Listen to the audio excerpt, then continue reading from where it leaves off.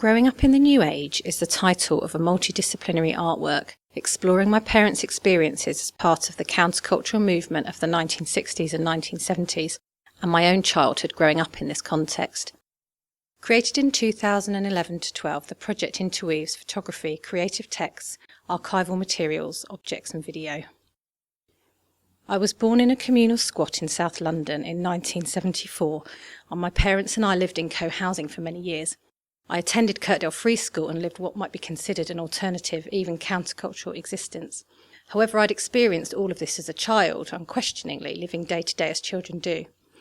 As an adult, though, I became very curious about the background to the way my parents had chosen to live, and looking at the historical and social changes taking place in the 60s and 70s, and seeing my parents' choices against the backdrop of a cultural movement, allowed me to reposition my own experiences, and was an invaluable opportunity to revisit the past.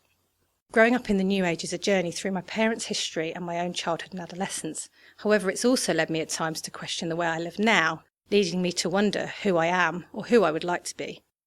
In 2003, I was teaching full-time, having recently moved from London to the north of England for a new job.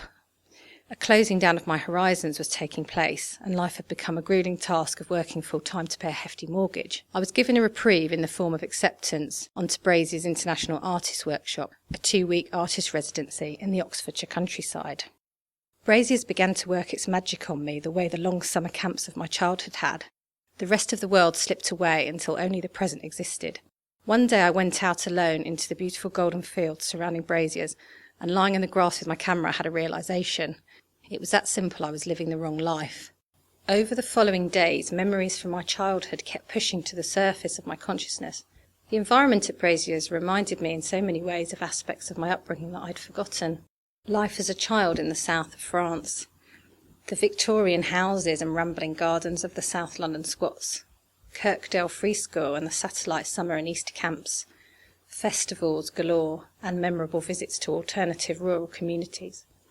It was visceral, tactile even, shades of green, sunlight, water, rambling gardens, mud, woven rugs, vegetables, flowing skirts, and charcoal blackened pots, all writ within my own eyelids. There was evidently something in my parents' way of life that I had been too quick to dismiss. The freedom I experienced at Brazier's was addictive. I felt like I'd been underwater and had just surfaced for air. The work I made at Brazier's was the beginning of growing up in the New Age, and though I didn't know it then, the first images of the series were born. The second porous moment can be found in a letter written by my father's parents to my mother's parents in 1974, shortly after I was born. Like yourselves, we are sorry that Peter and Brigitte have chosen to drop out of society. I respect their views, but believe that society is best helped and improved from within. We must, however, be grateful that they have not turned to drugs, dishonesty or violence.